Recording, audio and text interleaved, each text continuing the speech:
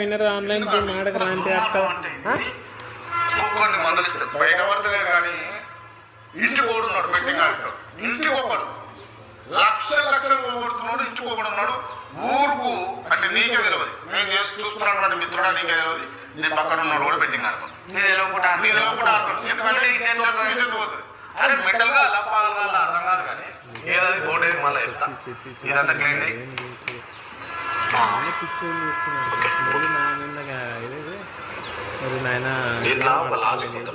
పిచ్చోళ్ళు ఎందుకు ఆడుతారో ఏమో అర్థం కాదు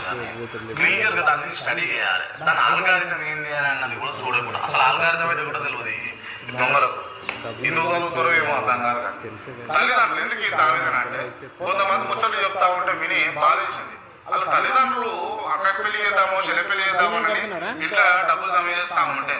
ఆ దళితులు పోయి ఆ పైసలన్నీ తీసుకొని పోయి బెట్టింగ్లలో పెట్టాలి